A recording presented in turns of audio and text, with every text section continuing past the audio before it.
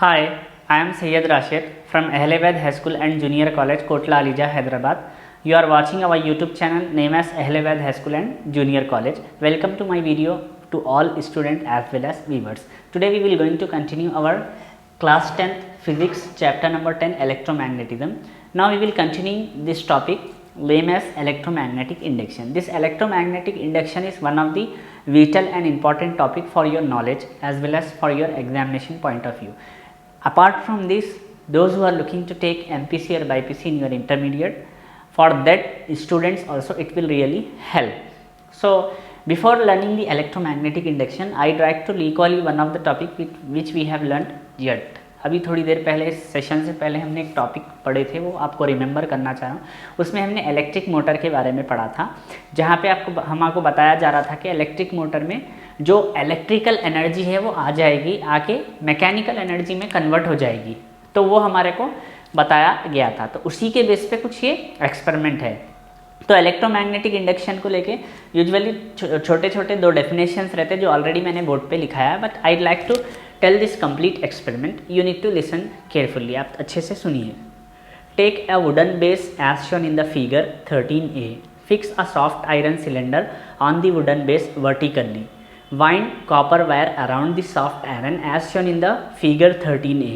Now take a metal ring which is slightly greater in radius than the radius of soft iron cylinder and insert it through the soft iron cylinder on the wooden base. Connected the ends of the coil to an alternate current source and switch on the current. What do you notice? You notice that the metal ring is leviated on the coil. Switch off the current, the ring will jump into the air very dramatically. Remove the alternate current supply and connect direct current supply. Observe what happens. अभी जो मैं आपको read किया था, read करते वक्त मैं आपको एक डायग्राम भी लगवा दिया था स्क्रीन पे, साथ ही साथ उसका थ्योरी पार्ट भी मैं लगवाया था. तो पहले क्या करना है, आपको एक वुडन बेस ले लेना है. समझिए ये डस्टर है, ठीक है. वो वुडन बेस आपने ले लिया. नेक्स्ट क्या करें, उसको वुडन बेस को एक आयरन सॉफ्ट आयरन का सिलेंडर ले लीजिए. ले लेने के बाद उसके ऊपर कॉपर का वायर वाइंड कीजिए. जैसा आप देख रहे हैं मैं इस तरीके से वाइंड कर रहा हूँ. वाइंडिंग वैसे तो हम बहुत ज़्यादा करेंगे, बस एक्सपेरिमेंटली शो करने के लिए मैं आपको सिर्फ इतना ही करके बता रहा हूँ. As of now I will keep this wire aside. ये अभी मैं साइड में रख देता हूँ. तो देखिए कुछ इस तरीके से हमारे को वाइंडिंग हो रहा. मैं थोड़ा सा सामने भी लेके आके बता रहा हूँ. कुछ इस तरीके से वाइंडिंग हो रहा ना. ये जो 1, 2 ये जो दो आपको एंड्स दिख रहे हैं, ये अल्टरनेट करंट में ले जाके इंसर्ट कर देना है. जो हमारा डायरेक्ट करंट रहता है उसमें इंसर्ट कर देना है. ठीक है, यहाँ तक आप समझ गए उम्मीद करता हूँ.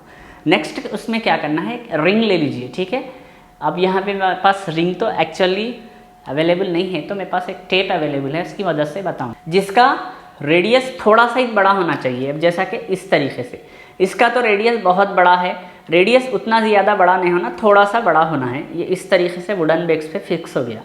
तो इसको अब क्या करना है, इस तरीके से रख दीजिए. रखने के बाद आप जैसा कि देख सकते, ये हमारा वायर था, इसके अंदर ये फिक्स हो गया. Look at here. रखने के बाद क्या कीजिए, switch on the current. Current को स्विच ऑन कर दिए. जैसा आप करंट को स्विच ऑन करेंगे तो ये रिंग जो है ऐसा था ना, ये ऐसा ऊपर आ जाता, आके लिविएट करना. लिविएट यानी गोल गोल गोल गोल घूमना शुरू होता, कुछ इस तरीके से. ठीक है, फिर जैसा ही आप करंट को ऑफ कर देंगे, ठीक है, करंट ऑफ करते ही क्या होता, वो उछल जाता, ड्रामेटिकली एयर के अंदर उछल जाता. ये केस क्या का है, एसी अल्टरनेट करंट का है. फिर इसके सेकंड अल्टरनेट करंट को चेंज कर देना है डायरेक्ट करंट में. यहाँ पे मैं एसी बोलता हूँ अल्टरनेट करंट है, डीसी बोलता हूँ डायरेक्ट करंट है. तो यहाँ तक आपको समझ में आ गया. पहले ऐसा गोल गोल गोल, अभी मैं थोड़ा ऐसा बता देता हूँ, ऐसा लिविएट होते रहेगा. वो जैसा ही ऑन करे, जैसा ऑफ करते ऐसा गिर जाता. तो यहाँ तक आपको समझ में आ गया एक्सपेरिमेंट. नेक्स्ट, डायरेक्ट करंट अगर लगाने के ऑफ करने के बाद क्या होता है वो भी देख लेंगे हम. Okay, could the ring be leviated if DC is use, यानी कि डीसी करंट अगर हम अप्लाई करें इंस्टेड ऑफ एसी करंट, क्या वो रिंग लिविएट होगी. The metal ring leviated when AC current is use, therefore the net force of it should be 0 according to the Newton second law. The free body diagram metal ring is shown in figure 13b. Weight W act down. To balance it, a force F equal in magnitude in opposite in direction should act as shown in the figure 13b. Why is there a difference in behavior in two cases? What force support the ring against gravity when it is being leviated? तो देखिए अब क्या हो रहा, जब आप alternate current लगा रही तो उन्हें इस तरीके से लिविएट हो रहा। कई को हो रहा बोले तो आपको एक जैसा कि मैं रीड करते खुद आपके स्क्रीन पे लगाया था एक छोटा सा डायग्राम जैसा, के अंदर ये इस तरीके से रिंग लिविएट हो रहा। इस पे दो फोर्सेस एक्ट हो रही, ठीक है। एक फोर्स है जो वेट है जो उसको नीचे की तरफ गिरा देना चाह रहा, और एक फोर्स है उसको ग्रेविटी के अगेंस्ट लेके जाना चाह रहा, ठीक है। एक फोर्स जो ग्रेविटी के अगेंस्ट लेके जाना चाह रहा, दूसरा फोर्स गिरा देना चाह रहा। तो ये फोर्सेस क्या है उसके बारे में पढ़ेंगे हम, okay. What is this unknown force act on the metal ring? In this activity AC is use. AC changes both its magnitude and direction in regular time interval. We know that the current through the coil produce a magnetic field so that one end of the coil behavior like a north pole and other end behaves like south pole for a certain time interval. For the next interval, coil changes its polarity. Hence, we can say that coil undergoes change in its pole in the same interval of time. The leviation of metal is possible only when the metal ring behave like a magnet and should change its polarity in the same time interval but in sense opposite to that of solenoid coil as shown in the figure.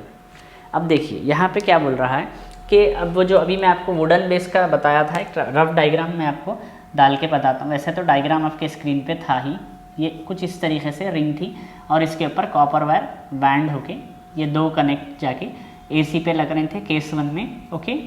Virus case 2 में हम क्या कर रहे थे, same ये दो वायरों को ले जाके हम DC में लगा रहे थे। तो अब यहाँ पे देखिए ये एक्टिविटी में हम यूजुअली AC को सपोर्ट कर रहे हैं, यानी AC का एक्सपेरिमेंट कर रहे हैं। तो यहाँ पे क्या होता है, तो AC करंट में क्या है उसका मैग्नीट्यूड और डायरेक्शन रेगुलर इंटरवल में चेंज होते रहता है। जो अल्टरनेट करंट है रेगुलर इंटरवल में उसकी मैग्नीट्यूड और डायरेक्शन चेंज होते रहता। तो हमको मालूम है कि करंट कॉइल क्या है, मैग्नेटिक फील्ड प्रोड्यूस करती और उसका वन एंड क्या है बिहेव लाइक नॉर्थ पोल, यानी कि इधर का एक एंड इसका नॉर्थ पोल के जैसा बिहेव हो जाएगा और दूसरा उसका साउथ पोल के जैसा बिहेव होता है। साथ ही साथ क्या होता कि फॉर नेक्स्ट टाइम इंटरवल में क्या होगा, फिर इन्हें नॉर्थ पोल हो जाता, फिर इन्हें साउथ पोल हो जाता। तो हैंस ये जो अगर इसको लिविएट करना है यानी कि रिंग को गोल गोल घूमना है ऊपर की तरह, तो वो पॉसिबल होता। कब पॉसिबल होता कि जो मेटल रिंग है वो बिहेव करेगी मैग्नेट के जैसा, यानी कि ये भी जो आपका जो आयरन बेस के ऊपर हमने कॉपर वाइंडिंग की थी वो भी मैग्नेट के जैसा बिहेव करेगा, फिर आपका जो रिंग होता है वो भी मैग्नेट के जैसा बिहेव करेगा। तो दोनों मैग्नेट के जैसा बिहेव करने के बाद फर्स्ट इंटरवल में क्या होता, रिंग ऐसा गोल घूमती, सेकेंड इंटरवल में नीचे गिरना चाहती, लेकिन उसकी पोलैरिटी जैसा चेंज हो गई फिर और रोटेट होती उन्हें। तो उस तरीके से तेज रोटेशन शुरू होता, तो रोटेट होना यानी लिविएट होना शुरू होती। जैसा ही आप करंट ऑफ करते हो तो उसकी पोलैरिटी एक उस पर आके रुकेगी, या नॉर्थ पोल रहेगा या साउथ पोल होगा, उसी की वजह से ना उछल जाएगी या दूर चले जाएगी, okay. Assume that the current flows in an clockwise direction in the solenoid as viewed from the top, then the upper end becomes a south pole and upward force is applied on the ring only when the upper side of the ring becomes a north pole, that is south pole of the ring faces towards the south pole of the solenoid. It is only possible when there exists a anti-clockwise current viewed from the top. In the ring after certain interval, solenoid changes its polarity so that the ring should also change its polarity in same interval. This is the reason why the metal ring is leviated. What is responsible for the current in the metal ring? AC is not a constant current, so that the magnetic induction changes in both magnitude and direction in the solenoid and in the ring.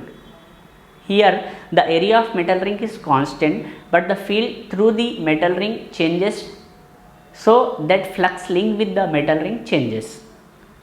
If DC is used, the metal ring lift up and fall down immediately. Why? The flux linked with the metal ring is zero when no current flows the solenoid. When the current is allowed to flow through the solenoid, it behaves like a bar magnet. So the flux is linked to the metal ring. When the switch is on, at that instant there is a change in flux linked with ring. Hence the ring rises up. Thereafter there is no change in flux link with coil, hence it's fall down. If the switch is off, the metal ring against lift up and fall down. In this case also there is a change in flux link with ring when the switch is off. What could you conclude from the above analysis?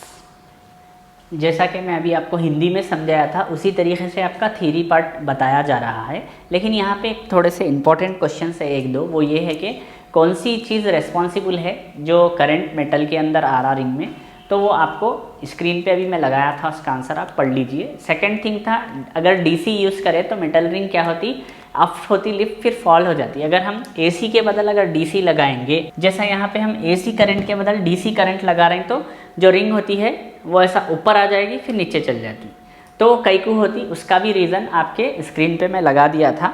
तो ये दो important answers आपको पढ़ना पड़ेगा। आप इसके notes maintain कर लीजिए और याद करके आप रख लीजिए। Okay, now I am placing one more theory part on your screen along with the diagram. In that you will got side heading as Faraday's law. Faraday's law नाम का आपको साइड हेडिंग मिलेगा। Okay, let us understand the result of activity 9 by the following hypothetical activity. Connected the terminals of a coil to a sensitive ammeter or galvanometer as shown in the figure 14. Normally we would not expect any deflection of needle in the galvanometer because there is to be no electromotive force in this circuit. Now if we push a bar magnet towards the coil with its north pole facing the coil, a remarkable thing happens. While the magnet is moving towards the coil, the needle in galvanometer deflects, showing that a current has been set up in the coil. The galvanometer does not deflect if the magnet is at rest. If the magnet is moved away from the coil, the needle in the galvanometer again deflect, but in opposite direction, which means that a current is set up in the coil in the opposite direction. एक छोटा सा experimental setup है यहाँ पे, जैसा कि मैं diagrammatically बताऊँगा। तो ये एक कॉइल है, ठीक है। कॉइल के पास हम क्या करें, गैल्वानोमीटर लगा दिए, ठीक है। गैल्वानोमीटर लगाने के बाद उसके करीब बार मैग्नेट को मूव करें, थोड़ा सा करीब लेके गए या दूर लेके गए, तो जब भी हम उसके करीब मैग्नेट को मूव कर रहे हैं गैल्वानोमीटर में डिफ्लेक्शन आ रहा, तो इससे हमको साबित हो रहा कि करंट या इंडक्शन प्रोड्यूस हो रहा। तो वो क्या है यहाँ पे आप देख सकते हैं। If we use the ends of the south pole of the magnet instead of north pole in the above activity, the experiment worked just as described, but the deflection are exactly reverse. Further experimentation enable us to understand the relative motion of magnet and coil set up a current in coil. It makes no difference whether the magnet is moved towards the coil or the coil towards the magnet.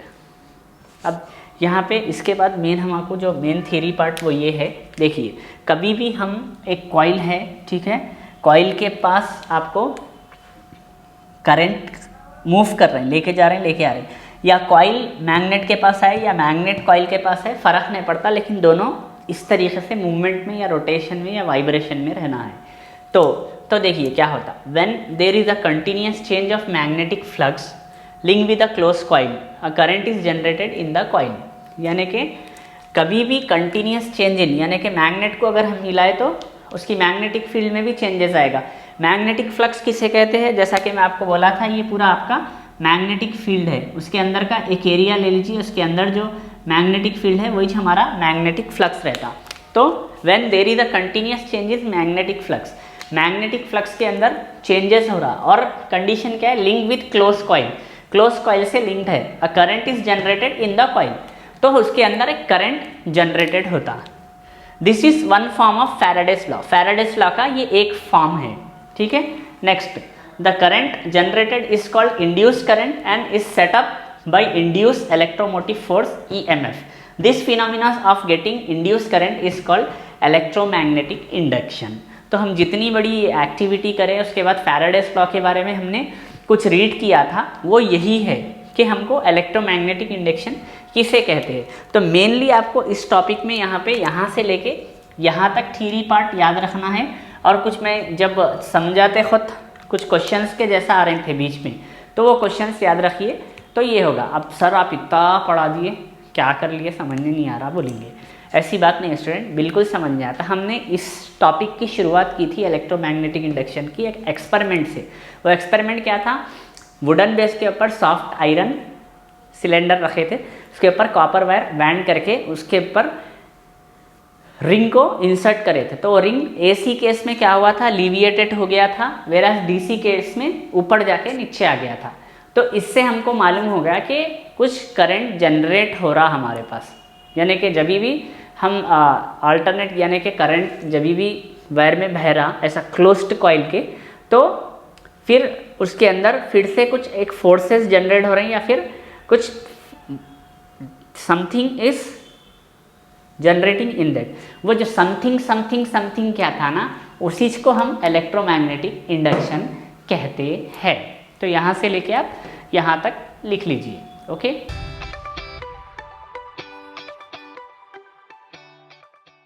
So that's all about our today's class. आज की class के लिए इतना ही काफ़ी है। In next sessions we will going to learn some equation related to the Faraday's law. Faraday's law का formula देखेंगे, साथ ही साथ हम लेंस लॉ बोल के एक टॉपिक है इंपॉर्टेंट, वो लेंस लॉ पढ़ेंगे। उसके साथ साथ हम थोड़ा अप्लीकेशंस ऑफ फैराडेज लॉ की एप्लीकेशन पढ़ेंगे। फिर कुछ प्रॉब्लम्स रहते हैं वो स्क्रीन पे लगाता हूँ नेक्स्ट पार्ट में, ठीक है। सो टिल देन आज का जो मैं पढ़ाया हूँ कई सारा आप देखेंगे आज की क्लास में मैक्सिमम जो मैं रीड कर रहा था आपके स्क्रीन पे लगाते जा रहा था। क्यों लगा रहा था, क्योंकि इसमें से आप फिर से रीड करके समझने की कोशिश कीजिए। ये टॉपिक्स आप फर्स्ट टाइम पढ़ रहे हैं लाइफ में, तो थोड़ा बहुत आपको डिविएशन आएगा, नीचे ऊपर होंगे, अरे सर क्या है कि क्या नहीं की। लेकिन आज की जो हमारी थीम ऑफ द टॉपिक यही है, इलेक्ट्रोमैग्नेटिक इंडक्शन किसे कहते हैं। यहाँ से लेके यहाँ तक आप याद रख लिए तो काफ़ी है इस टॉपिक के लिए, ठीक है ना। So that's all about today's class. Make sure maintain notes and try to work hard. So you are watching Ahlebaid High School and Junior College YouTube channel from Kotla Alija, Hyderabad. I am Sayyid Rashid. Have a great time. Take care. Thank you.